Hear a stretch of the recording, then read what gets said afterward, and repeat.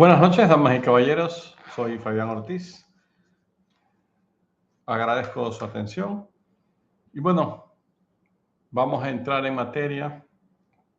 Ya hemos hablado de la enfermedad renal y vamos a hablar de los 4 pilares de tratamiento fundamentales en la enfermedad renal. Pero visto en un enfoque agrupado.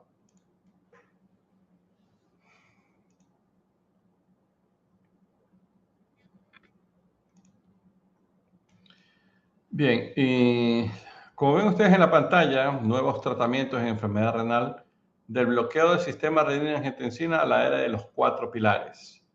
De acuerdo a los estudios DAPA-CKD, EMPA-KIDNEY, FIDELIO-DKD y FLOW, que son 4 de los estudios pivotales, es decir, se consideran los estudios más importantes que hay en enfermedad renal crónica en los últimos tiempos. Para resumir un poco lo que ya habíamos conversado, la carga global de la enfermedad renal crónica y el desafío del riesgo residual, la magnitud del problema, 700 millones de personas afectadas mundialmente de esta enfermedad. Por lo tanto, la enfermedad renal es un factor clave en la morbimortalidad cardiovascular y reducción de la esperanza de vida. La limitación histórica, durante más de 2 décadas, los IECAS y los ARA2 fueron la única terapia comprobada. Y entonces, si tenemos a los pacientes, estos de aquí son los pacientes tratados con placebo, y cuando se trataban los pacientes con el sistema de angiotensina, teníamos este grupo de pacientes.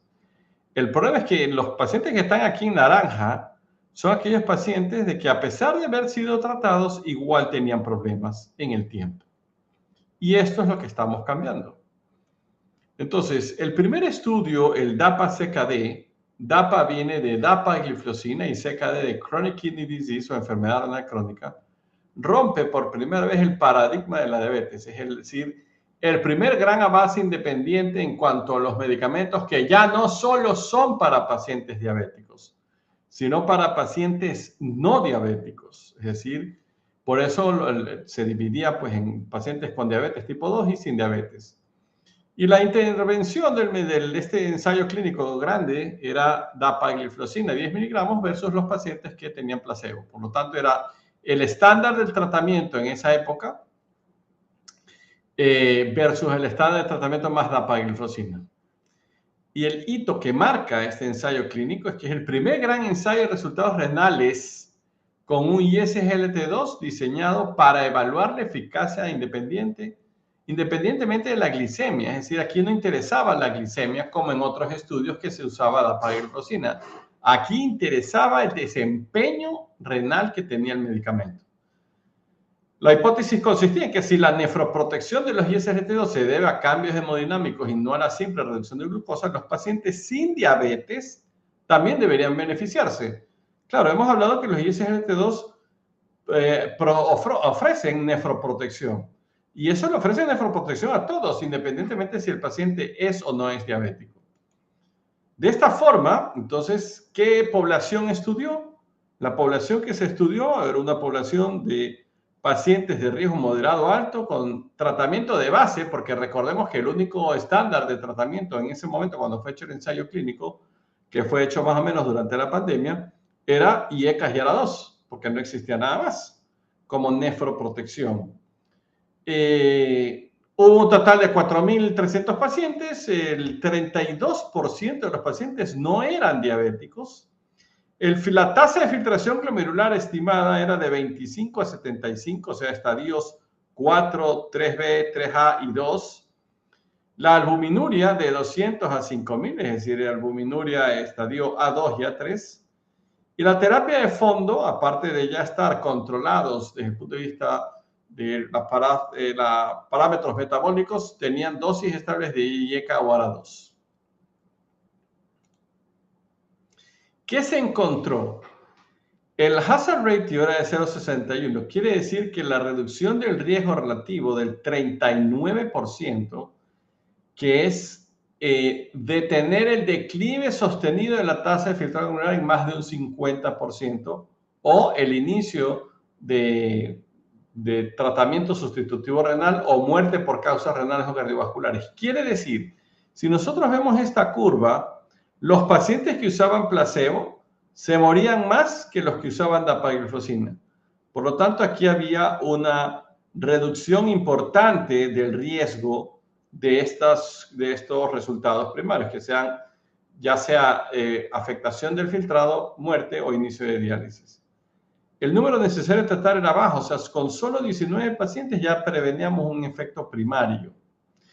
Este ensayo clínico no llegó a su fin, no se hizo durante todo el tiempo. ¿Por qué? Fue detenido tempranamente por el Comité de Monitoreo debido a su abrumadora eficacia. Es decir, miren ustedes cómo se separa la curva. Cuando ya a los 32 meses ya se ve, no, pues oigan, esto es terrible, o sea, estos pacientes están muriendo y no están recibiendo dapagliflozina. Así que aquí es cuando se corta, pero el estudio estaba dispuesto para hacerse en más tiempo, más o menos entre 4 y 5 años, o sea, entre 48 y 60 meses. Entonces fue recortado porque era tan grande la diferencia que se consideraba injusto los pacientes que recibían placebo, pero esta información recién se conocía en ese momento, con la dapagliflozina. Entonces esta evidencia es sumamente contundente en lo que respecta a los beneficios de la dapagliflozina versus los pacientes que no usan dapagliflozina y que tienen enfermedad renal crónica. Por lo tanto, el DAPA-CKD tuvo impacto en la mortalidad y seguridad clínica. Fueron beneficios extendidos de supervivencia. Hubo una reducción de muerte por cualquier causa del 31%. O sea, el que tomaba dapagliflozina no es que era inmortal, pero en todo caso tenía mucho menos riesgo de morir, no importa la causa. Y también, ya cuando se desglosan las muertes, cuando son de causa cardiovascular u hospitalización por falla cardíaca, también hubo una reducción. Es decir, era un potente, digamos, resultado cardiovascular y de mortalidad. El perfil de seguridad, porque claro, me interesa saber qué tan seguro es el medicamento. No hubo episodios significativos de hipoglicemia severa en pacientes sin diabetes, porque claro, este medicamento surgió para pacientes diabéticos, entonces siempre existe la posibilidad. Bueno, ¿y qué pasa con los no diabéticos? De hecho, algunos pacientes cuando comienzan a averiguar sobre el medicamento, dicen, no, pues si yo no soy diabético y ChatGPT me dice que si soy diabético nomás, entonces no, ya se puede usar en pacientes no diabéticos. 0 casos de cetoacidosis diabética en los pacientes que no eran diabéticos. Quiere decir que esta otra sombra de riesgo que era sobre la cetoacidosis diabética, ya no. Ya se puede ver que también en estos pacientes tampoco hubo eso. Y en relación al resto de adversos eventos serios, era similar entre dapagliflozina y placebo. Entonces podemos concluir al menos en este ensayo clínico que realmente la situación es fantástica, es decir, podemos ver un buen perfil de seguridad, los eventos adversos se parecen a los del placebo, pero en cambio la diferencia es la reducción de la muerte de origen cardiovascular, reducción de hospitalización por falla cardíaca y reducción de los riesgos renales de terminar en diálisis o de terminar con deterioro mayor del 50% de la función renal. Entonces, hasta aquí no sé si hay alguna pregunta, puesto de que esto es bastante interesante ir entendiendo la magnitud de este ensayo clínico cuando salió. Y entonces a partir de aquí hubo un boom de los ISGLT2. El ISGLT2 sirve no solo para el diabético, sino también para el no diabético.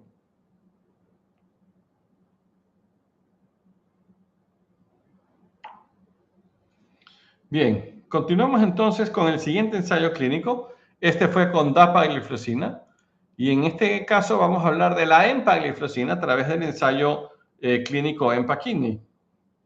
El EMPA-KIDNEY es también la misma historia, es empagliflozina en pacientes con enfermedad renal crónica. Entonces aquí ya se amplía aún más la evidencia en la base poblacional. La intervención fue empagliflozina de 10 miligramos versus placebo.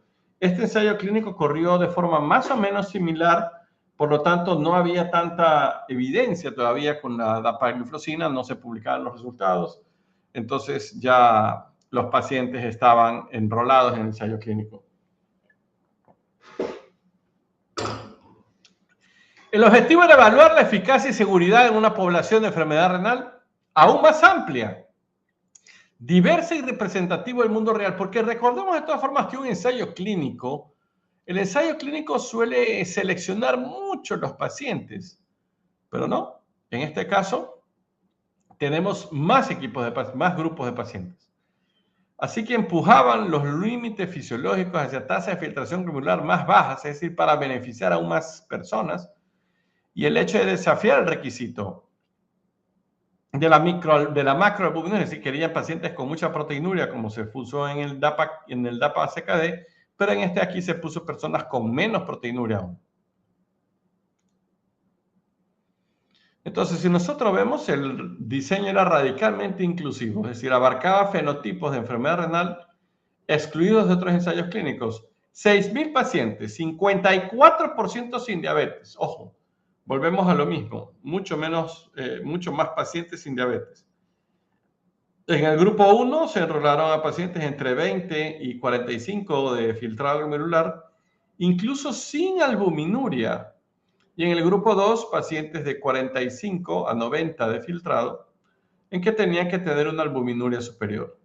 Abarcó aquí diversas causas de enfermedad renal, no solo por hipertensión o diabetes, sino también de causa isquémica, causa glomerular e incluso causas desconocidas, para ver tal vez si es que esto podía beneficiar no solo a un grupo de pacientes, sino a todas las causas de enfermedad renal crónica. Pues bien, si nosotros vemos en este cuadro comparativo, en la corte de pacientes con del EMPA-KIDNEY se abarca incluso más pacientes de lo que abarcó el DAPA-CKD.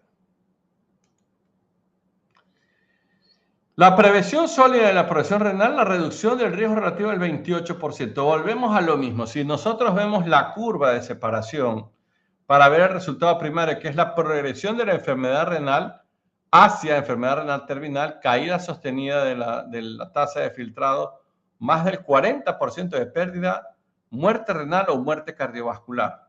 Y vemos, oh sorpresa, que en efecto también reduce. Esta reducción del riesgo se ve en que los pacientes con placebo tenían mucho más riesgo de tener progresión de enfermedad renal, de morir o de tener un deterioro peor de su función renal versus los pacientes que tomaban empagliflozina. Por lo tanto, eran resultados consistentes en pacientes con y sin diabetes, es decir, en los dos grupos. Y la eficacia es sostenida incluso en el subgrupo con tasa de filtrado de debajo de 30, o sea, en aquellos que ya están en etapa 4, también se benefician del inicio. Y este ensayo clínico también fue suspendido precozmente por la misma historia. Entonces, el EMPA-KIDNEY hubo una reducción significativa de hospitalizaciones generales, es decir, ya no solo hablamos de la tasa de filtración glomerular, que es mejor versus placebo, sino que hay un impacto sistémico y económico. Los pacientes, tener a los pacientes con enfermedad renal fuera del hospital es un logro fundamental. Por lo tanto, y esto es economía de la salud. Si yo evito que el paciente con enfermedad renal vaya al hospital, obviamente no solo que beneficia al paciente, sino que también es un beneficio de impacto económico. Entonces, también se tuvo una reducción del 14% de hospitalización por cualquier causa. Es decir, el solo hecho de tomar empagliflozina ya hacía que los pacientes ingresaran menos al hospital versus los pacientes de placebo. El perfil de seguridad muestra que tampoco hubo aumento en eventos adversos serios, ya sea cetoacidosis, hipoglicemia o lesión renal aguda comparado con placebo. Entonces, volvemos a tener el mismo perfil de seguridad que el de DAPA-CKD. Se confirma que el medicamento es seguro, se confirma que el medicamento es bueno para los pacientes diabéticos y los no diabéticos. Entonces, en ese aspecto tenemos muchas buenas, vemos realmente el aporte de la empagliflozina y la dapagliflozina en la reducción de eventos serios. Si ustedes tienen familiares o ustedes tienen enfermedad renal crónica, si sus familiares deben estar recibiendo esta medicación para reducir los riesgos asociados a no tenerla, es decir, tener mayor deterioro de función renal, etc. Entonces, si nosotros pudiéramos tratar de resumir el mecanismo de los ISGLT2, tanto dapagliflozina como empagliflozina, contribuyen a una importante nefroprotección. Entonces, ¿por qué funciona entonces en pacientes sin diabetes si teóricamente funcionaba en diabetes? Hay un alivio de la presión glomerular, es decir, se reduce la hiperfiltración, es decir, el glomérulo o los glomérulos realmente se alivian con la presencia del medicamento.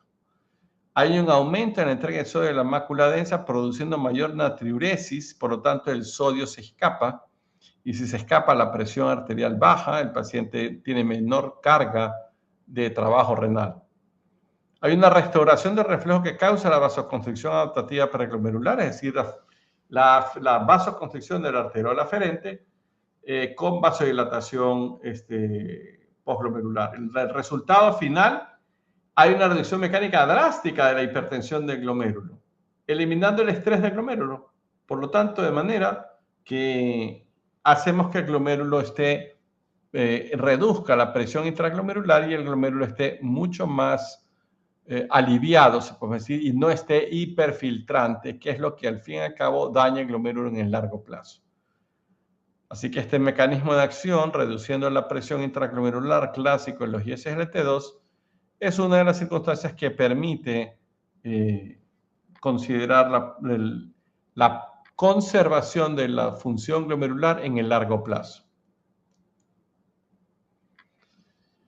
Vemos otro ensayo clínico. Y aquí estamos hablando de la finerenona a través del ensayo clínico Fidelio DKD o Diabetic Kidney Disease, atacando un nuevo eje fisiopatológico. Es decir, entra el nuevo actor, digamos, quién es el que nos va a decir ahora los beneficios, quién va a dictar los beneficios. Entonces, la finerenona es un antagonista de los receptores mineralocorticoides no esteroideo. Ese es el nombre completo del grupo de este medicamento. Entonces, también vamos más allá de la hemodinámica. No solo es el tema hemodinámico en lo que ya nos ayuda, sino actúa sobre el receptor mineralocorticoide, porque el tema es que en el paciente diabético, en el paciente renal en general, hay una sobreactivación de este receptor. Y si se sobreactiva este receptor mineralocorticoide, hay mayor daño tisular progresivo. Entonces, la finerenona es un antagonista de este receptor que no es esteroideo, por lo tanto, no produce la clásica que produce la espironolactona, porque este es un primo hermano de la espironolactona. Al ser no esteroideo, esta base no esteroidea permite que el medicamento no produzca ginecomastia y produzca mucho menos hipercalemia que la espironolactona. Entonces, el objetivo es dual, aborda directamente la inflamación crónica y la fibrosis, que son dos circunstancias que a la larga van a dañar o van a favorecer la progresión de la enfermedad renal. Es decir, al ser este medicamento actuar sobre la inflamación y la fibrosis, se considera que es un antifibrótico y eventualmente un antiinflamatorio. Entonces, recordemos que la fibrosis es el tejido que ya no sirve, está desvitalizado, no funciona. Por lo tanto, si este medicamento además es un antifibrótico, evita ese daño a largo plazo que puede tener el riñón y por consiguiente nos conduce a preservar más su función renal. El mecanismo es totalmente distinto porque ya hemos visto que los ISGLT2 son glucosúricos, es decir, favorecen la salida de azúcar por la orina y por lo tanto eso permite reducir la presión intraglomerular y hace que el paciente tenga a partir de ese momento glucosuria. Ustedes le hacen un examen a alguien que toma un ISGLT2, da pagliflozina o empagliflozina y entonces eso de ahí hace que el paciente orine azúcar, que es el factor de protección. Pero este mecanismo es diferente porque hay efectos directos sobre la inflamación y fibrosis renal, independientemente de la hemodinámica e independientemente del control glicémico. Y de hecho ya se puede utilizar esto en pacientes diabéticos y en los no diabéticos, aunque este estudio fue orientado en pacientes con enfermedad renal diabética, ahora ya se sabe que se puede utilizar también en no diabéticos. Entonces, en el Fidelio DKD, quienes estudiaron, la población analizada fueron 5.000 personas también, pacientes con enfermedad renal crónica y diabetes tipo 2. Aquí será más orientado hacia diabéticos, pero ya tenemos el FIND-1, que es uno de los ensayos clínicos también que nos dicen que también beneficia a pacientes con diabetes tipo 1.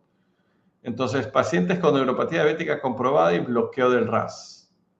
De esta forma, había pacientes con tasa de albúmina creatinina, cociente albúmina creatinina entre 30 y debajo de 300 y con un filtrado entre 25 y 60. También teníamos otro criterio. En general, todos los pacientes estaban optimizados con la dosis máxima de IECA. Volvemos a lo mismo. El tratamiento de base hasta allí de todas las personas con enfermedad renal era básicamente IECA y ARA2. Obviamente tener controlada la glicosilada, el colesterol, la presión, pero el tratamiento dirigido hacia el riñón solo era el IECA y el ARA2.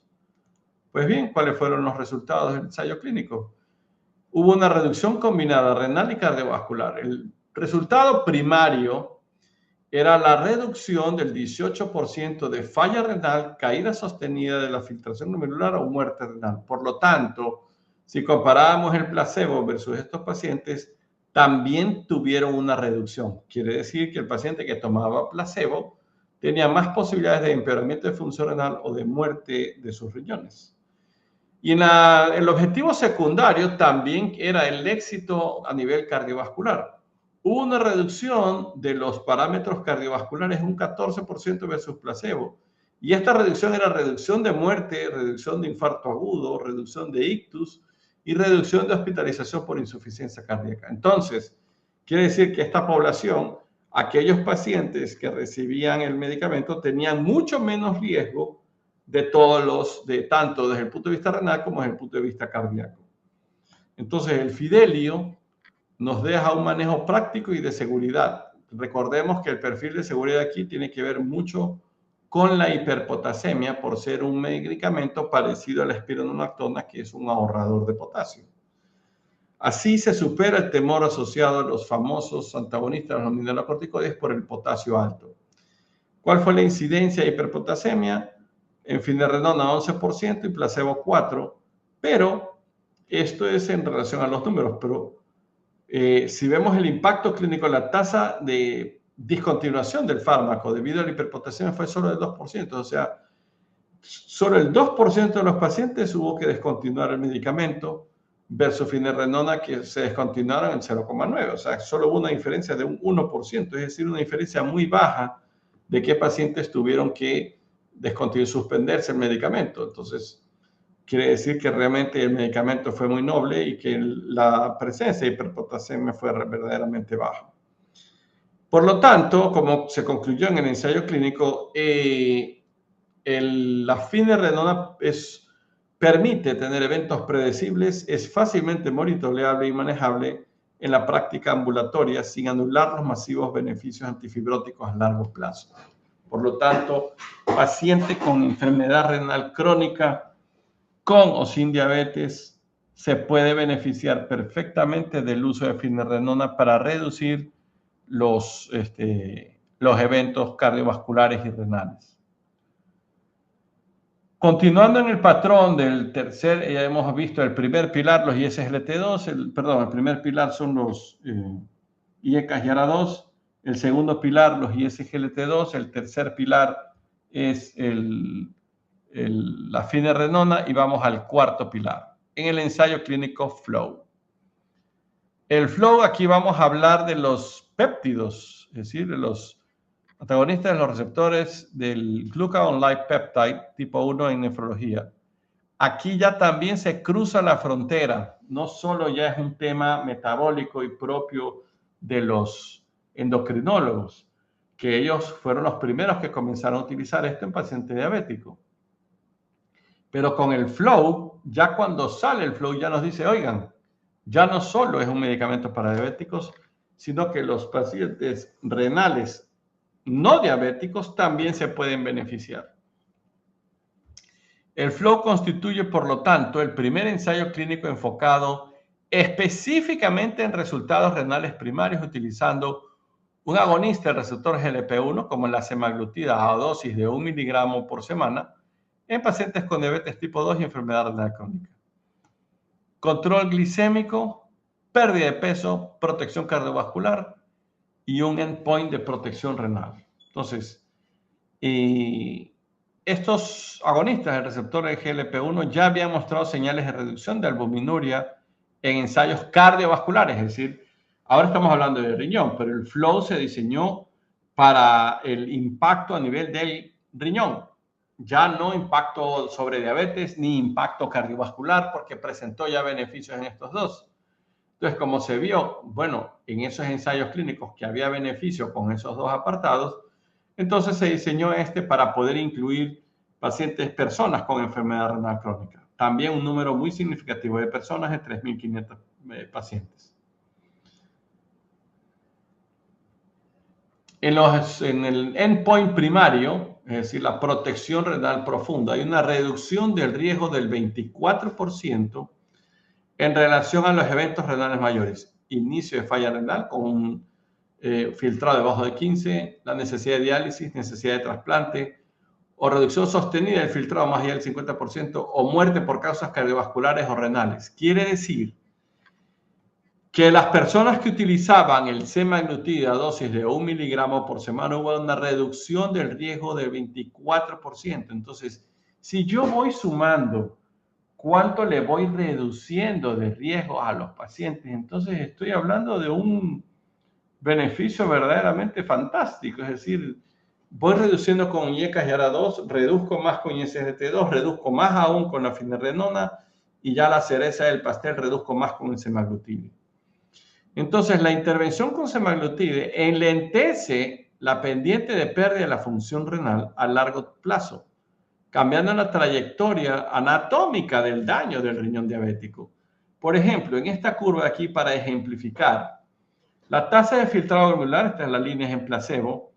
Entonces, un paciente con una tasa de filtrado glomerular que esté aquí, en la parte del eje de las Y, a medida que pasa el tiempo, la filtración glomerular va bajando hasta que el paciente termine en diálisis. Y si ustedes ven, la semaglutida permite frenar este descenso y estos pacientes, en lugar de caer con una pendiente más pronunciada, como la del color gris, es una pendiente mucho menos pronunciada. Y este paciente, si yo prolongara la flecha, terminaría en diálisis tal vez acá, que nosotros decimos que es más o menos como unos 30 años después. Es decir, si yo diagnostico a una persona de 60 años con enfermedad renal, si le pongo todos los juguetes, probablemente ese paciente termine en diálisis, tal vez nunca, o más allá de los 90 años. Por lo tanto, el flow muestra beneficios ampliados sistémicos, MACE, que son Major Adverse Events, eventos cardiovasculares mayores y supervivencia. Por lo tanto, los GLP-1 se consolidan como terapias de protección sistémica, es decir, ya no solo protegen a los diabéticos, ya protegen también al paciente renal, al paciente cardíaco. El resultado renal es el resultado primario fue fantástico, una reducción de un hazard ratio de 0.76. Los eventos cardiovasculares también hubo una reducción del 18%, o sea que los que usaron el semaglutide murieron menos versus los que no lo usaron. Y la supervivencia también. Los pacientes se redujo la mortalidad en un 20% en aquellos que tenían, que usaban el medicamento. Es decir, en ese aspecto estamos hablando de un impacto muy importante, que los pacientes que usaban el semaglutide pues se morían menos sencillamente. Entonces, la semaglutida no solo retrasa la necesidad de diálisis, como vimos en la curva anterior, sino que interviene agresivamente sobre la principal causa de muerte, las causas cardiovasculares. Entonces, no solo que estoy evitando que ese paciente entre en diálisis, sino que estoy evitando que ese paciente llegue a complicarse o incluso a morir. Entonces, por eso es que estamos hablando del impacto global que tienen estos medicamentos. Entonces, el nuevo estándar de atención en el paciente con enfermedad renal, ya lo acabamos de conversar. El pilar 1, siempre, IECAS y ARA2, idealmente en la dosis máxima posible. Esto va a permitir un control hemodinámico y sistémico de base. El pilar 2, los ISGLT2. Ya lo demostraron los ensayos clínicos DAPA-CKD y el EMPA-KIDNEY. A través de una vía hemodinámica intraglomerular con reducción de la presión del filtrado, reducción de la hiperfiltración.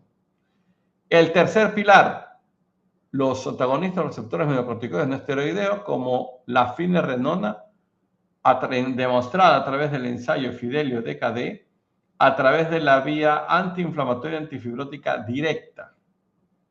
Y por último, el cuarto pilar, que son los agonistas, los receptores del glucagon-like peptide, el ensayo FLOW, a través de una vía metabólica y antiinflamatoria sistémica profunda. ¿Qué podemos concluir de estos cuatro pilares? Ya se puede transformar el pronóstico de la enfermedad renal crónica. Es importante entender esto aquí porque antes, cuando el paciente tenía enfermedad renal, ya no teníamos nada más que ofrecer que el IECA y el ARA2. Pocas cosas podíamos hacer. Sí, podíamos controlar la presión, controlar los lípidos, pero igual estábamos expectantes frente a un deterioro progresivo de la función renal hasta hacer un acompañamiento del paciente hasta la diálisis. ¿Sí? El fin del nihilismo renal. Es decir, ya no necesariamente la enfermedad renal es un viaje hacia la diálisis. Enfermedad renal crónica, si es diagnosticada y sobre todo tratada a tiempo, puedo comprar años libres de diálisis y con eso de allí realmente beneficiar al paciente en el largo plazo.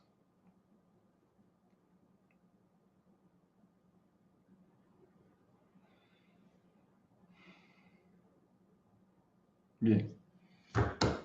Defensa multicapa. Ahora poseemos herramientas terapéuticas probadas para bloquear la hemodinámica destructiva, la inflamación crónica, la fibrosis progresiva y los estragos metabólicos. Por lo tanto, estamos hablando de que, antes solo con IECA y el ARA2, pero ahora sí que tenemos varias capas de tratamiento. Entonces ya podemos nosotros, por eso podemos perfectamente considerar el mejor avance del tratamiento de la enfermedad renal. Y ya nos incluimos en medicina de precisión. Es decir, ya independientemente de la condición del paciente, ya puede utilizar muchos más fármacos para la necesidad específica de cada paciente. El futuro exige el uso de fenotipos clínicos para combinar estas terapias de la mejor manera posible y de la forma más precoz posible. ¿Y cuál es el llamado a la acción? No debemos retrasar la integración de las terapias. Ya nosotros tenemos que ver que el paciente ya no solo se va a beneficiar del IECA o el ARA2, sino también de ISGLT2, finerenona y semaglutide. Entonces, ustedes tienen pacientes o ustedes tienen familiares o ustedes mismos tienen, que sepan que si tienen la terapia combinada, van a tener mucho mejor calidad de vida y pronóstico de vida final. Muchos de estos pilares realmente se pueden tratar incluso desde la atención primaria. Obviamente, conociendo más en profundidad a cada uno de los medicamentos, pero es importante conocer de que esto no todo es de especialidad, a menos que el paciente esté ya en una situación renal muy avanzada, tenga una proteinuria muy elevada, tenga muchas comorbilidades, una hipertensión de difícil control. Pero bueno, tengo yo un paciente en buenas condiciones con un filtrado debajo de 60, ya tengo que comenzar. Y a ARA2 y SGLT2, que está con proteinuria, le pongo finerenona y está con cierto nivel de sobrepeso o prediabético o algo similar, pues ya le doy la semaglutide, es decir, ya le doy el medicamento específico. Entonces, de esa forma, podemos nosotros prolongar la vida útil o la reserva funcional renal décadas. Y ese paciente que tenía 50 y debajo de 60 de filtrado glomerular, puede conservar su filtrado glomerular de 50, por ejemplo, pero lo podrá conservar como 30 años, pues.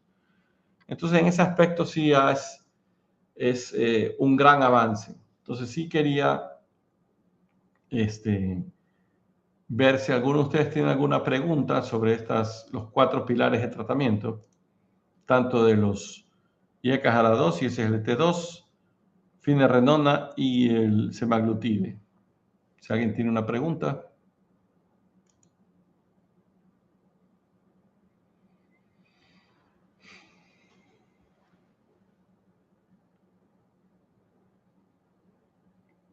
Bien.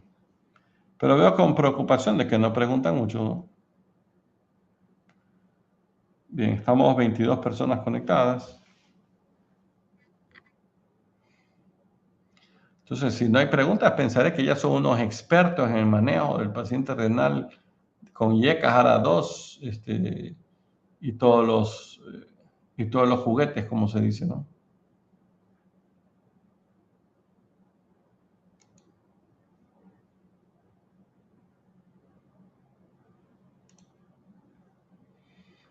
Bien.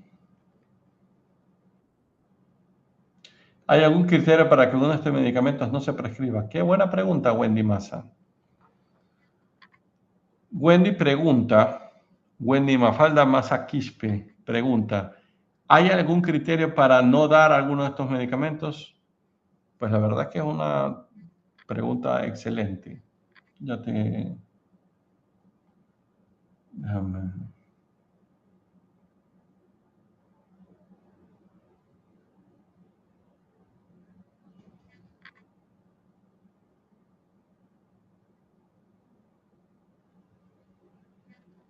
Bien. En relación a la pregunta de Wendy, ok, vamos a ver. IECA y ARA2. ¿En quién no daría yo IECA y ARA2? Por ejemplo, en paciente hipotenso. Porque yo puedo tener un paciente normotenso, incluso el normotenso se puede beneficiar de un IECA o un ARA2. Al fin y al cabo son nefro y cardioprotectores y también son antiproteinúricos. Ese pilar aquí no se lo daría al paciente que esté francamente hipotenso. Porque si ya tengo un paciente hipotenso y le doy un IECA o un ARA2, lo voy a tener severamente hipotenso. Entonces eso tampoco. Los ISGLT2. El primer grupo al que no se lo daría serían los pacientes con diabetes tipo 1. Los pacientes debajo de 18 años necesitan un consentimiento especial, pero en todo caso los ensayos clínicos han sido con pacientes encima de los 18 años, aunque ya hay un primer estudio que habla de pacientes de 16 años para arriba que también se benefician de los ISGLT2. En quien una persona con infección de vías urinarias recurrentes o vejiga neurogénica, habría que vigilar siempre el uso de los ISGLT2 por el hecho de que uno de sus efectos probables es que podrían condicionar más infecciones urinarias o más episodios de pielonefritis.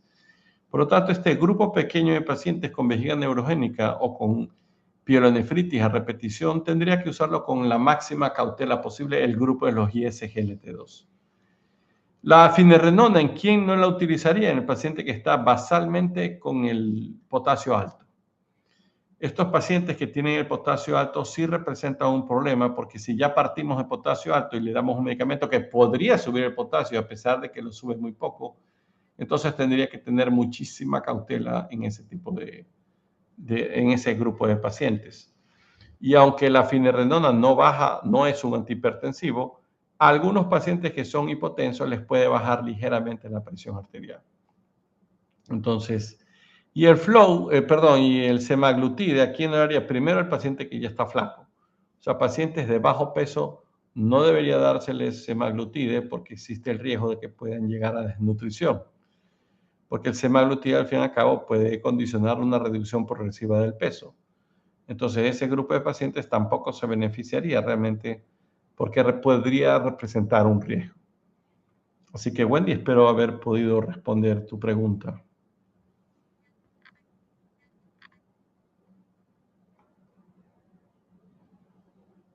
Ok, vamos a pasar ahora con el tema del metabolismo mineral y óseo.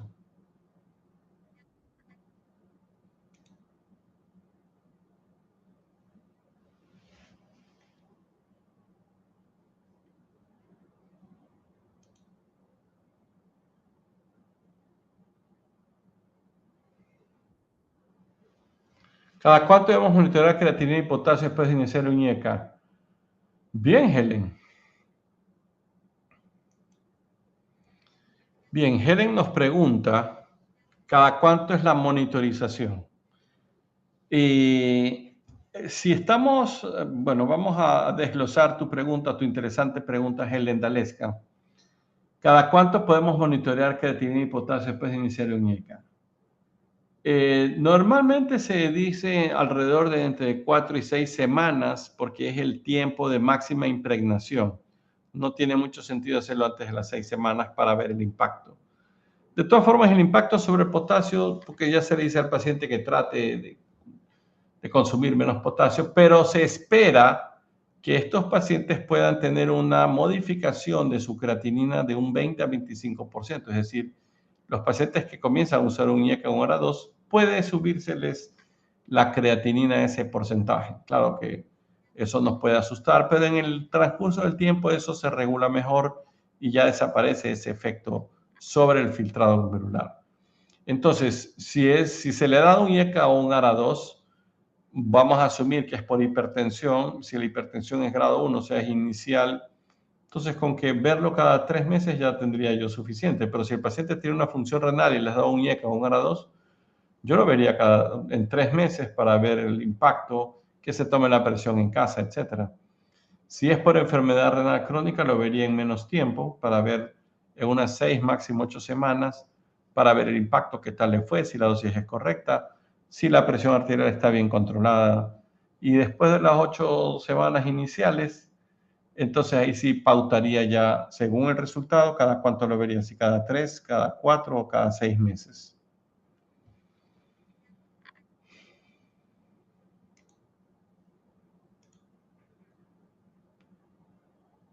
Bien, entonces vamos a la diapositiva 25.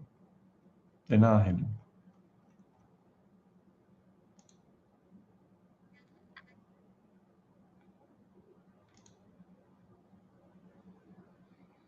Vamos a hablar, ya habíamos hablado en relación al riñón, de la misma enfermedad renal crónica, hemos hablado de la posibilidad de afectación por diabetes. Ahora vamos a hablar de la afectación, ya hablamos de la anemia del paciente con enfermedad renal. Ahora vamos a hablar de la secuencia del trastorno mineral y óseo en las personas con enfermedad renal crónica.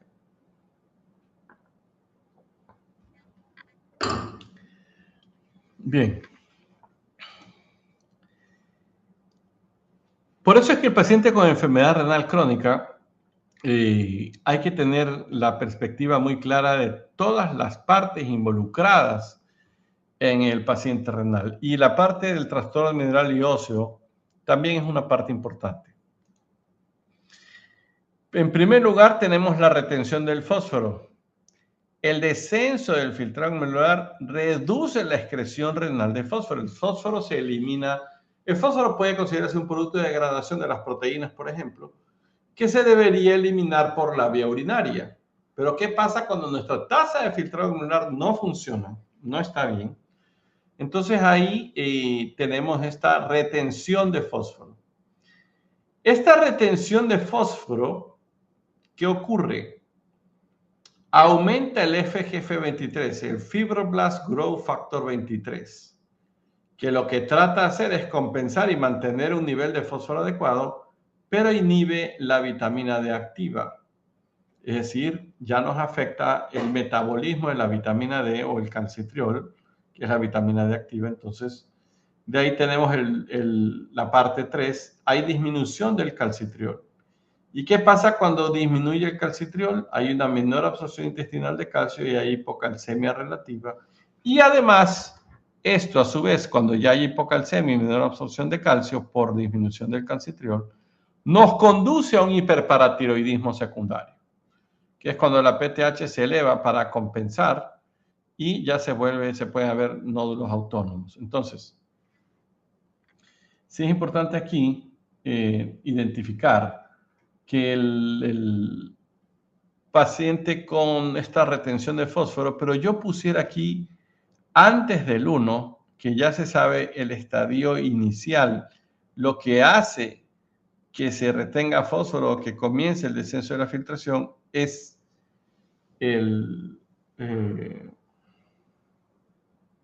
la proteína cloto.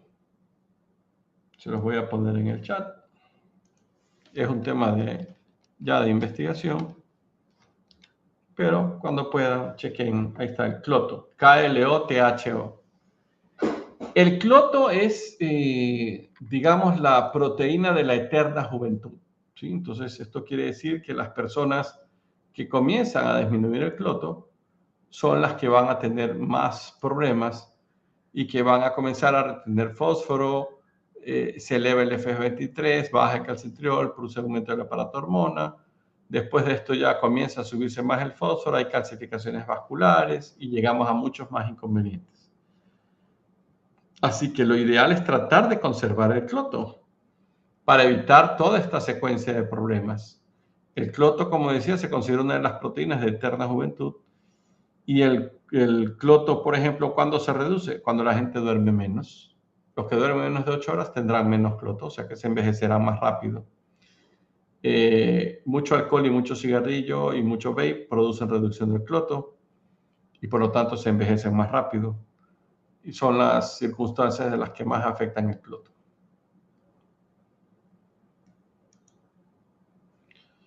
¿Cuáles son las manifestaciones clínicas de las alteraciones del metabolismo mineral y óseo a la cabeza, la osteodistrofia renal?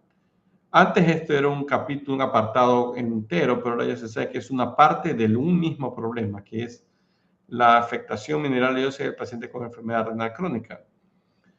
La osteodistrofia es la alteración del remodelado óseo de los huesos. Nuestros huesos es un órgano dinámico y tiene función glandular inclusive. Entonces el hueso se va renovando poco a poco con el tiempo. Lo que pasa es que es una renovación extremadamente lenta. Pero si hay una afectación de este remodelado óseo, porque el paciente tiene problemas de fósforo y problemas de paratormona y problemas de calcio, se interrumpe este remodelado óseo y entonces tenemos formas de osteodistrofia renal que se traducen en dolores óseos, deformidades y mayor riesgo de fracturas. Otra manifestación clínica de las alteraciones minerales y óseas del paciente con enfermedad renal crónica tenemos las calcificaciones vasculares. Y estas sí son bastante más graves, porque es el principal nexo con el riesgo cardiovascular. Si yo tengo una alteración muy severa del metabolismo mineral y óseo, por ejemplo, un fósforo muy alto, una paratormona alta, ¿qué va a ocurrir? Las arterias del corazón o las arterias del cuerpo comienzan a calcificarse. Es decir, se vuelven, en lugar de ser flexibles las arterias, que como nosotros, si apretáramos una arteria, la arteria perfectamente en momento que colapsamos una arteria, la arteria se dilata, se distiende sin ningún inconveniente. Pero el problema es que cuando hay fósforo alto y urea alta, que es lo que tienen los pacientes con enfermedad renal crónica, eso hace que la capa media de las arterias, conté cuál de las 4 es la que más mortalidad da la enfermedad renal. Esta de aquí, de las condiciones que más matan, definitivamente es la calcificación vascular. Por eso estoy deteniéndome en ello, para decirles a ustedes cómo ocurre el mecanismo de calcificación. De esa forma se puede entender incluso mejor. Las arterias tienen en la mitad la capa media. Nosotros tenemos la íntima, la media y la adventicia en las arterias. ¿Ok? Y esa capa media es la que tiene la célula muscular lisa, la que permite que si yo aprieto la arteria pueda cambiar de calibre. Es decir, se vasodilate, se vasocontraiga. Entonces, esta presencia de las capas medias en las arterias, cuando hay fósforo alto y urea alta del paciente renal, eso produce que la célula muscular lisa se transforme en osteoblasto-like, o sea, en una célula que se parece al osteoblasto. Para recordar un poco lo que nos dieron en los primeros años de medicina y de enfermería, el osteoblasto es una célula formadora de hueso. Pero ojo, en la capa media de las arterias no debería haber eso, pues. Eso debería estar en los huesos. Pero cuando hay fósforo alto y urea alta, estas células mutan y cambian del patrón muscular liso de esas células a un patrón de osteoblasto-like creadora de hueso. Entonces, esa célula mutante que pasó de célula muscular a célula osteoblástica, osteoblasto-like, entonces es lo que favorece la alteración en este aspecto de la calcificación de las arterias y eso es lo que termina matando al paciente. Ahora, en un tercer punto tenemos aquí dentro de las manifestaciones clínicas de metabolismo mineral y óseo la calcifilaxis. La calcifilaxis usualmente es mortal, es decir, tiene un alto nivel de mortalidad, es la necrosis cutánea isquémica, es decir, Se le calcificaron incluso las arteriolas. Es cuando esta calcificación vascular ya toma incluso la piel. Es muy poco frecuente porque para eso el paciente tiene que haber hecho las cosas muy mal o no haber recibido una atención médica adecuada, pero esta complicación es poco frecuente, pero es extremadamente grave. Las personas que la padecen casi todas mueren, pero ahora es muy, muy raro realmente ver calcifilaxis ahora. Tendría que el paciente realmente estar casi con completo abandono para llegar a calcifilaxis. Pero esta necrosis cutánea isquémica conduce a amputaciones y después lleva a muerte. Una complicación no menos importante es el prurito urémico. Es muy prevalente, está muy frecuente, pero produce un gran impacto en la calidad de vida. Ustedes se imaginan que le pique el cuerpo todo el día, las 24 horas, incluso cuando duermen. Entonces, el prurito urémico es eso. Es decir, es la picazón del cuerpo que realmente va a producir trastornos en la calidad de vida, intranquilidad, aumento de la, digamos, afectación del carácter y la alteración del sueño, porque claro, si no pueden, ustedes les pica todo el cuerpo y no pueden dormir. Imagínense ustedes un mosquito, cuando les pica ustedes se rascan. Ahora imagínense lo mismo pero en todo el cuerpo. Es una situación dramática. Cuando el prurito urémico es severo, es muy difícil de manejar. ¿Cuándo ocurre este prurito urémico? Cuando también tenemos una paratormona muy alta, por ejemplo. Eso es clásico que produce prurito urémico. Cuando la urea está muy alta, también hay prurito urémico. Principios de manejo del metabolismo mineral y óseo de la enfermedad renal crónica. Primero, restringir el fósforo de la dieta, evitando aditivos fosfatados o de los ultraprocesados. Una de las cosas que más fósforo tiene, la cola. La cola tiene ácido fosfórico. Es terrible. Y ya no solo para el paciente renal, sino para el paciente no renal.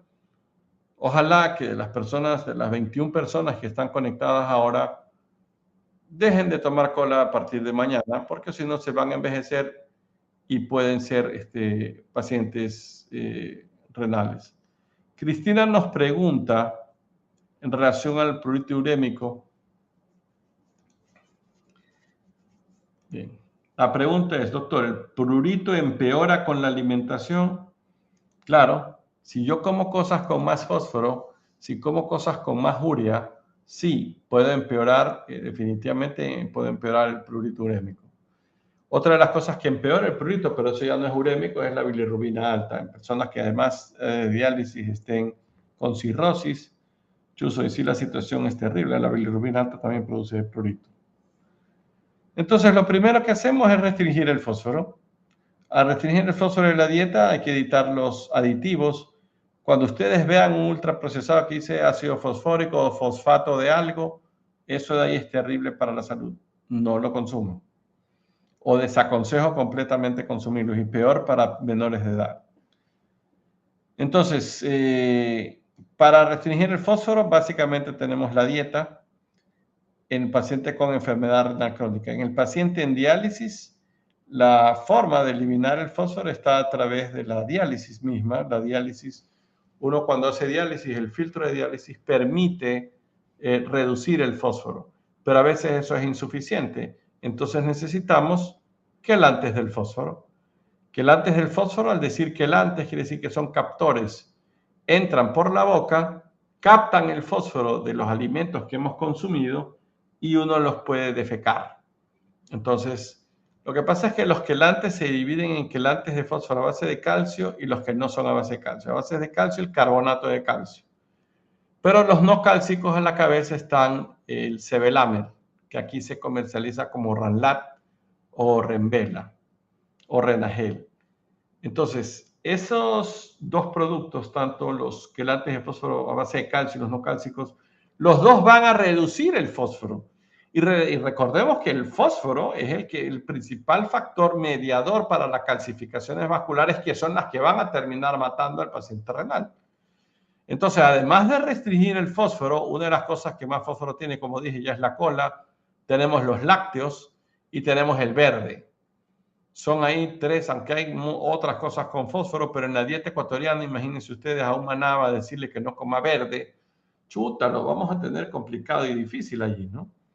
Entonces, bien, les damos quelantes de fósforo para poder bajar los niveles de fósforo en la sangre para no tener los problemas derivados del fósforo alto. El problema es que aquí en nuestro medio veo con mucha sorpresa que hay médicos que le prescriben a los pacientes quelantes de fósforo a base de calcio. Pero yo les acabo de decir hace un momento que los pacientes con enfermedad renal crónica tienen tendencia a hacer calcificaciones de las arterias.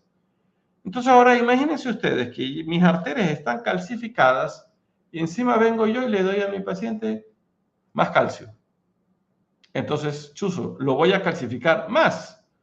Entonces hay que tener mucho cuidado y tratar de evitar el uso de quelantes de fósforo a base de calcio, porque estos de aquí pueden contribuir a mayor calcificación. Y una de las primeras quelantes de calcio, quelantes del fósforo, perdón, sería indudablemente el sevelamer como la primera alternativa. También hay que usar vitamina D, pero en este caso tenemos el calcitriol como primera opción en pacientes con vitamina D ya activa, porque como no hay riñón, le tengo que dar la vitamina D activa. Pero también podemos dar análogos activos en el hiperparatiroidismo, es decir, medicamentos que actúan sobre el receptor de la vitamina D. Ya no es propiamente vitamina D, sino que estos actúan sobre el receptor y al actuar bloqueando el receptor de la vitamina D, perdón, estimulación selectiva del receptor de vitamina D, voy a permitirme bajar la paratormona, que es la que va a poder producir mayores problemas más adelante. Entonces, dentro de las otras cosas que tenemos, supongamos que la paratormona igual, a pesar de todo lo que hemos hecho, sigue alta, entran los calcimiméticos. Los calcimiméticos en Ecuador se conoce como el Cinacalcet, que se comercializa como el nombre de Mimpara. Estos son calcimiméticos que tratan el hiperparatiroidismo secundario grave, es decir, aquel paciente que tiene más de 1000 de paratormona. Y me han llegado y finalmente los termino ya casi con una paratormona de 100. Claro que cuesta mucho tiempo llevarlo a eso, pero sí se puede. Entonces ya en Ecuador contamos tanto con el paricalcitol, que es un activador selectivo de los receptores de vitamina D, y tenemos calcimiméticos. Por lo tanto, decir que un paciente tiene la paratormona muy alta, ya se le pueden ofrecer esta doble combinación. Y hay que evitar la sobrecarga cálcica. Lo que acabo de decir, a estos pacientes que necesitan un quelante, ¿por qué le voy a dar más calcio? Esto va a generar una sobrecarga cálcica. Y si genera una sobrecarga cálcica, entonces vamos a favorecer un poco más la calcificación vascular. Vamos a poner un caso clínico de alteraciones óseo-minerales en pacientes con enfermedad renal crónica, en este caso un grado 4. Una mujer de 61 años se presenta con un filtrado glomerular de 22 de causa glomerular.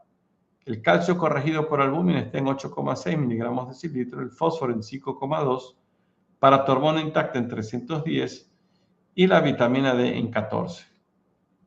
Está asintomática desde el punto de vista óseo, pero refiere prurito generalizado de semanas de evolución. Primero, expliquemos la secuencia fisiopatológica que ha llevado a este paciente al hiperparatiroidismo secundario. Porque para saberlo, la PTH debe ser debajo de 70, está en 300, entonces está 4 veces por encima de lo normal. ¿Qué condujo a este paciente entonces hacia este hiperparatiroidismo? Quisiera sus comentarios.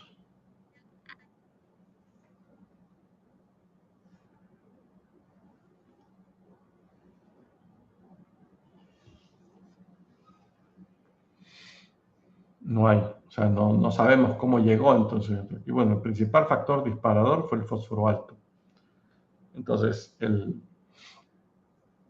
el fósforo alto es el principal, podríamos decir, contribuyente a que se haya producido este aumento exagerado de la paratormona. De hecho, si nosotros vemos el cuadro anterior, se ve la secuencia de que el fósforo al subir produce muchas alteraciones que conducen finalmente a una paratormona alta. Entonces, la secuencia fisiopatológica subió el fósforo, subió el FGF23, bajó la 25-hidroxivitamina D Menor absorción de calcio también, bien, Diana. Porque cuando no hay vitamina D, hay menor absorción del calcio y la hipocalcemia también empeora una paratormona.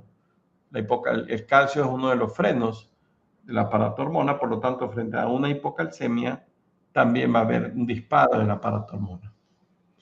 Entonces, claro, la hipocalcemia puede condicionar mayor severidad del hiperparatiroidismo. ¿Qué relación existe entre estas alteraciones y el prurito de la paciente? ¿Cuál de estas circunstancias que están aquí pueden ser las que le producen el prurito a esta paciente? La hiperfosfatemia, Wendy. Muy bien. La hiperfosfatemia, correcto. Pero hay un factor más que le produce prurito. Son dos en esta pregunta.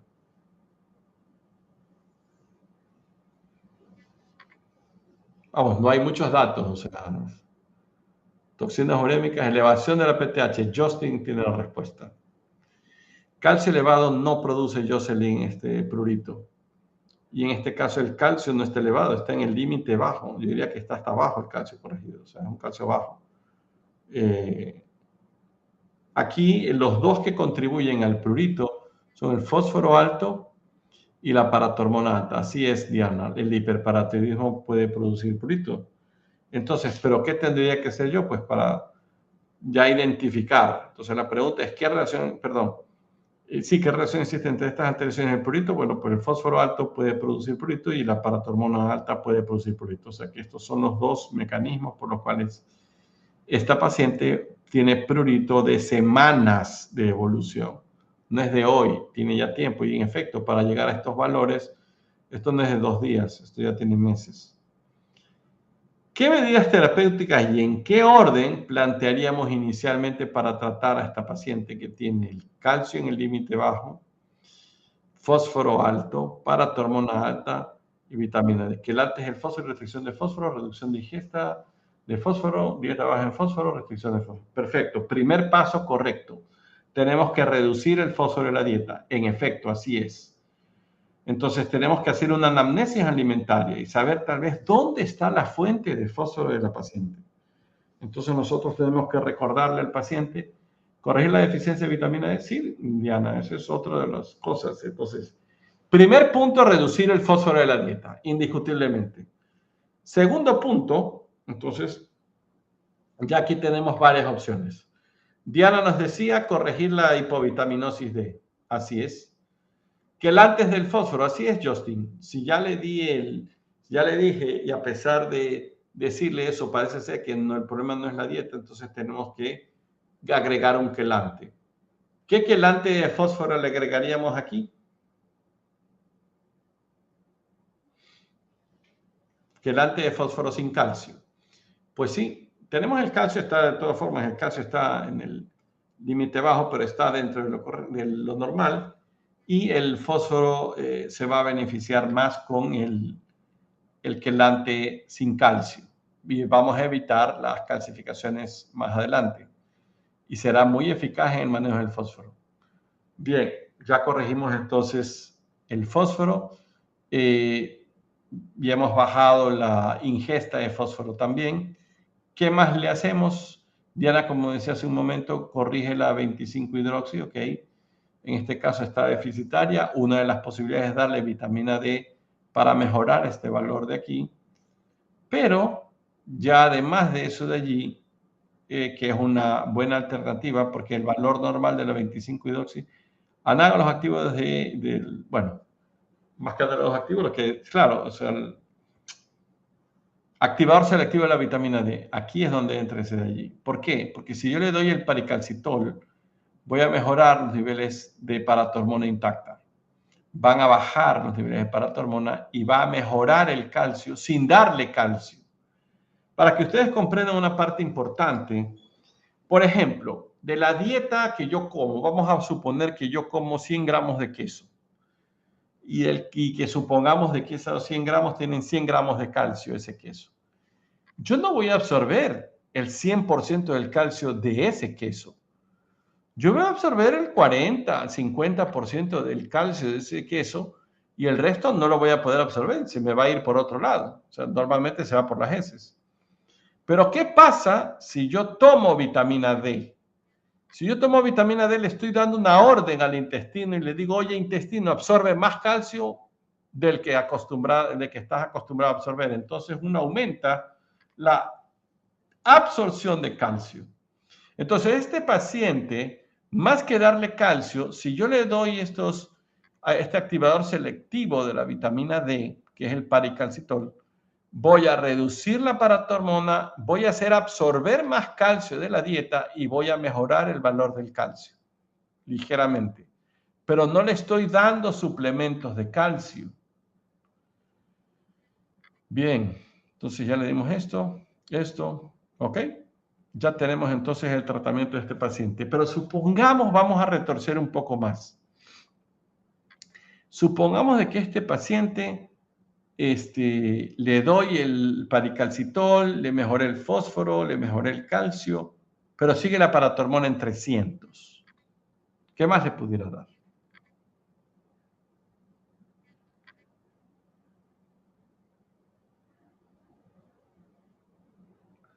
Si la paratormona sigue alta, una de las posibilidades para mejorar la paratormona es el Cinecalcet, el Mimpara. Que aunque este paciente está en grado 4 y en teoría el Mimpara sirve para pacientes que están en diálisis, se pudiera hacer para manejar mejor, pero ya hubo un ensayo clínico que decía que podía bajarse mucho el calcio con el uso de un Mimpara con el Cinecalcet para bajar la paratormona. Pero si se monitorizan y el paciente tiene una paratormona muy alta, digamos que se lo puede utilizar con uso compasivo. Por última pregunta, ¿por qué es importante entonces evitar la sobrecarga de calcio en esta paciente?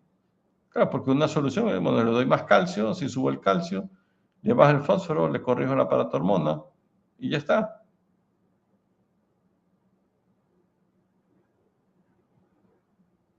Pero si le doy demasiado calcio, si la sobrecargo de calcio, la voy a calcificar. Siempre recordar esa parte.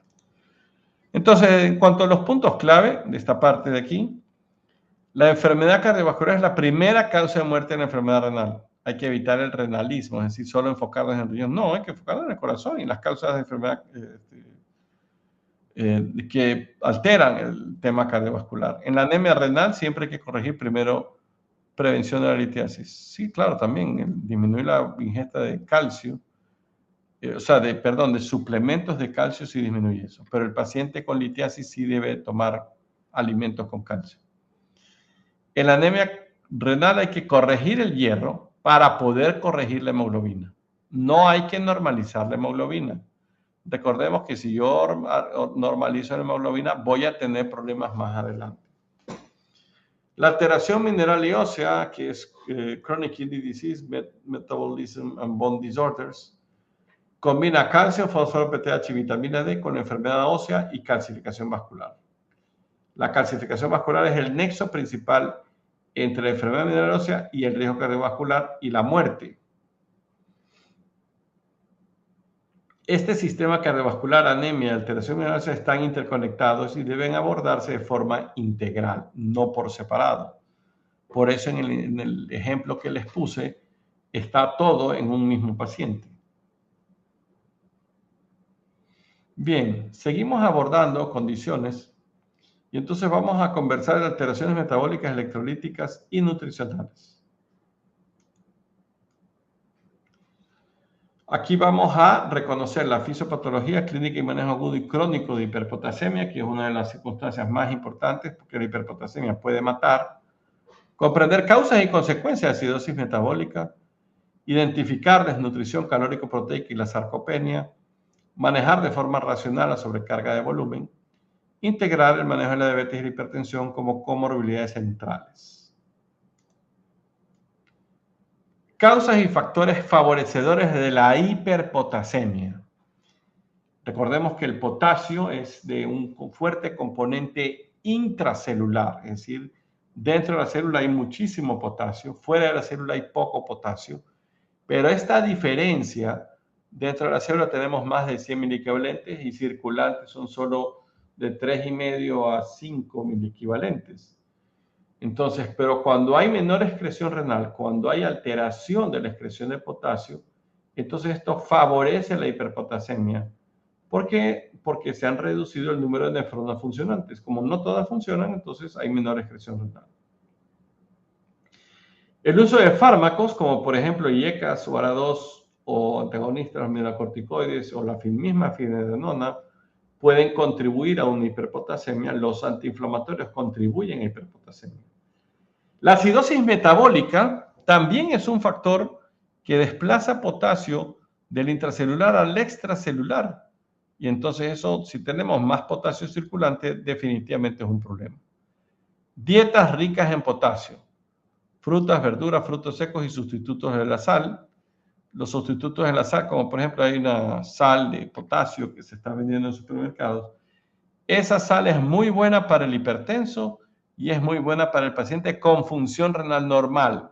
No se aconseja en personas con función renal alterada. Entonces se les da dieta baja en potasio. Para eso requerimos de una nutricionista. Pero una dieta rica en potasio, algo que tiene potasio, por ejemplo el verde, la familia del verde, el guineo. Siempre se habla de que si necesito potasio me como un guineo, pues bien. El verde, guineo, pintón, orito son una fuente de potasio importante para estos pacientes. El hipoaldosteronismo hiporreninémico que vemos nosotros en pacientes diabéticos que suelen presentarse con hiperpotasemia. ¿Cómo se puede manejar el potasio? Bien, el manejo agudo y manejo crónico de la hiperpotasemia. Manejo agudo. El manejo agudo, ¿cuándo se considera agudo? Cuando hay cambios en el electro. Si el electrocardiograma, es decir, veo al paciente, chuzo, el potasio está alto, y se le hace un electro y ya tiene alteraciones eléctricas, hay que correr porque ese paciente tiene riesgo inminente de muerte. Entonces, primero tratamos de estabilizar la membrana colocándole gluconato cálcico intravenoso. Tratamos de ponerle insulina rápida y glucosa en un suero. También desplazan el potasio a la célula, pero esto es esconderlo, no lo estamos sacando del cuerpo.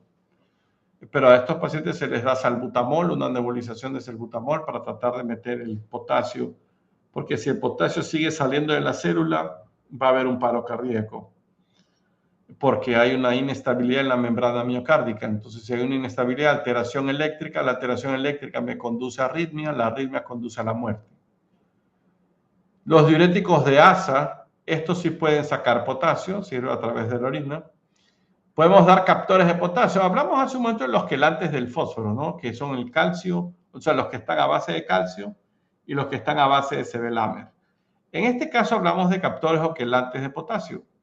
Es decir, yo le doy una sustancia que es un poliestireno, sulfonato, sódico o calcio para que el paciente la absorba y eso a su vez se combina con el potasio de la dieta y se puede excretar por vía fecal porque la vía urinaria ya sabemos que no funciona.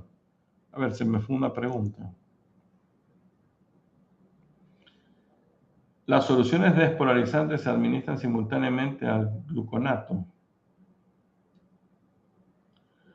Sí, Wendy. O sea, aquí hay que, si ya tienes alteraciones en el electro, Wendy, hay que correr. Ponle calcio, ponle insulina, la glucosa, la inhalación de salbutamol. Si hace falta, le das diurético. O si tienes resinas de intercambio a mano, que es mucho más difícil de encontrar en nuestro medio. O de hemodiálisis urgente. Y les pongo un ejemplo, que eso sí lo he visto yo y lamentablemente es duro porque ha habido pacientes que han muerto por ello. En nuestro medio hay una comida muy típica nuestra que son los cangrejos. Pero el cangrejo también va con verde.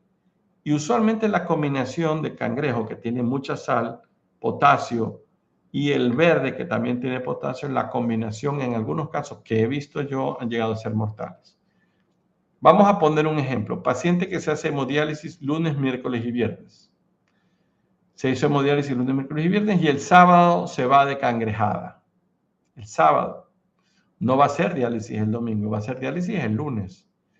Pero el sábado cometió el error de comerse, pues, 8 o 9 cangrejos, por ejemplo. se comió los 9 cangrejos y el domingo está muy mal e incluso puede llegar a tener problemas, debilidad de las extremidades, pero dice no, ya el lunes me hago diálisis, yo aguanto. No. Si ya hubo una ingesta importante de potasio, esa persona que ya no se siente bien tiene que ir a la emergencia. Nos llega donde nosotros.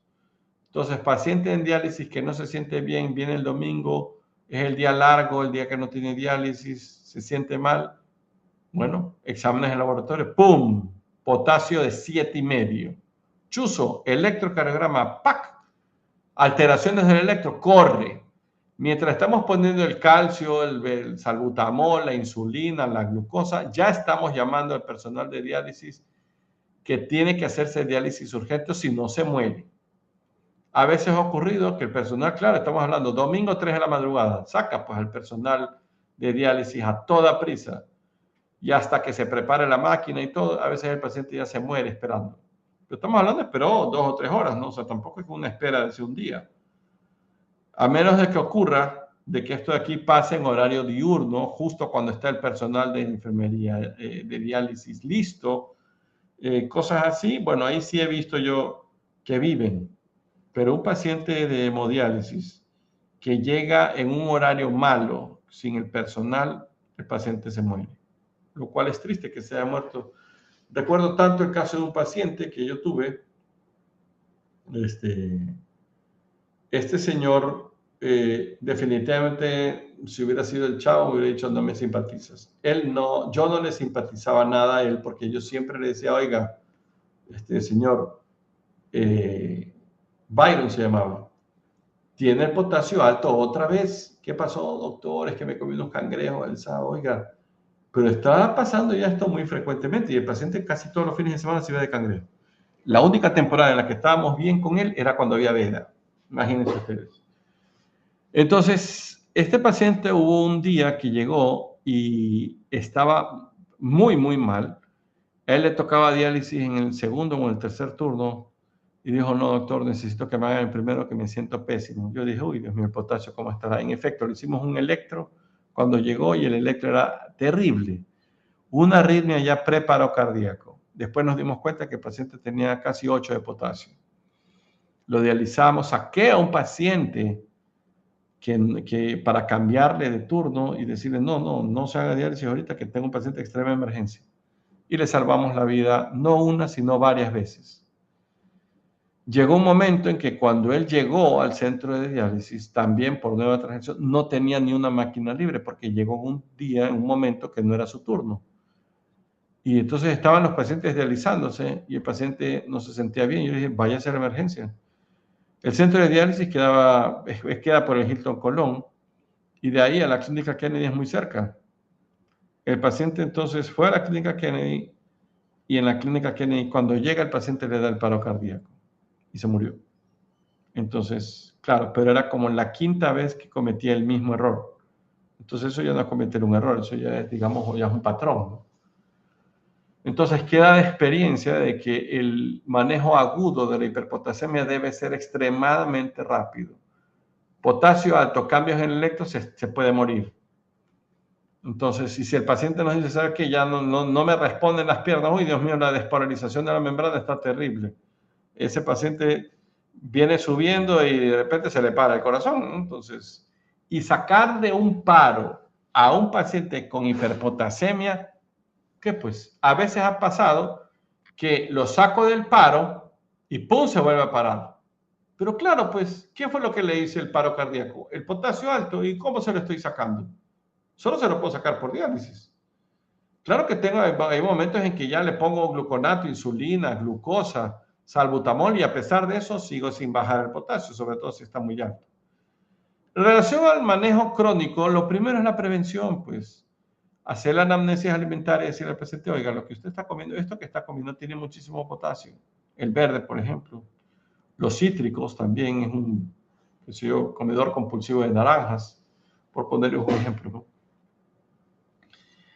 Hay que revisar y racionalizar la medicación hiperpotasemiante, es decir, la medicación que produce aumento del potasio. Entonces nosotros tenemos que definitivamente ver que tal vez hay personas que están comiendo cosas que tienen mucho potasio, entonces necesitan una dieta dietética, a pesar de que tampoco tiene que ser extrema ni discriminada, porque si no el paciente se nos desnutre. Tenemos que ver lo que el paciente consume de lo que tenga más potasio y restringirle eso, no restringirle todo. Los captores de potasio de nueva generación, entonces podemos captar potasio y eliminarlo. Y aquí es importante, los pacientes con enfermedad renal no tenemos que retirar IECAS y ARA2 solo porque tienen potasio alto. Si es leve moderado, no lo quitaría, porque el IECA y ARA2 producen mucho mejor beneficio en el mediano y en el largo plazo. Bien, pasamos a acidosis. ¿En pacientes con hiperglicemia es necesario agregar glucosa a la insulina? Sí. Sí, Justin, porque el paciente te está muriendo. Yo lo puedo tratar de si tiene hiperglicemia y si me sube el azúcar a 300, yo lo puedo tratar, pero está vivo. Así que si pienso que por la hiperglicemia de base que tiene no le puedo dar eso, claro que sí. Por supuesto que le puedo dar. Incluso en pacientes, porque recordemos que alteraciones eléctricas del electro en personas con potasio alto puede matar. Dentro del espectro de acidosis metabólica, las consecuencias aceleran la progresión de la enfermedad renal, porque la acidosis metabólica es un efecto profibrótico. Entonces, si hemos hablado de que hay que tratar de evitar la fibrosis y esto acelera la fibrosis, pues entonces obviamente tenemos que evitar la acidosis metabólica. Aumenta el catabolismo proteico muscular, es decir, produce sarcopenia. Entonces, no nos conviene que el paciente con acidosis metabólica tenga también además sarcopenia. Favorece la liberación de tampones óseos de calcio, por lo tanto se afecta el remodelado óseo. Aumenta el riesgo de hiperpotasemia y empeora la función cardíaca. Claro, la acidosis metabólica suele acompañarse de potasio alto. Aquí es donde entra el tema de la suplementación oral con bicarbonato, si el bicarbonato está bajo. Por eso se le mide a los pacientes bicarbonato de forma sistemática. Si está bajo, se van a beneficiar del bicarbonato por vía oral, bicarbonato de sodio. El objetivo será mantener el bicarbonato dentro del rango normal, ¿sí? Es decir, encima de 22. Vigilar la sobrecarga de sodio en algunas presentaciones. A veces hay algunas presentaciones de bicarbonato de sodio que tiene con muchísimo sodio. Y el uso del bicarbonato se asocia a un enlentecimiento de la progresión renal y mejor estado nutricional.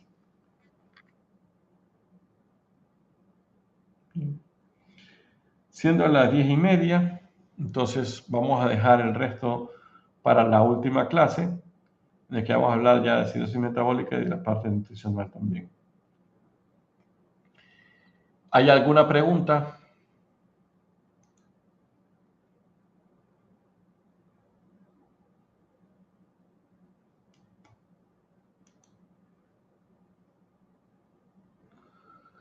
Bien, si no hay preguntas, entonces les agradezco la atención.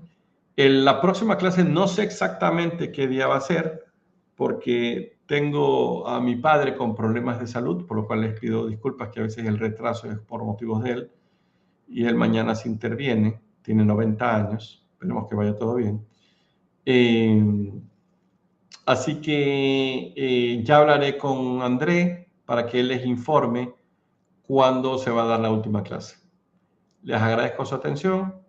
Si tienen alguna pregunta, resérvensela y me la formulan también en la próxima clase.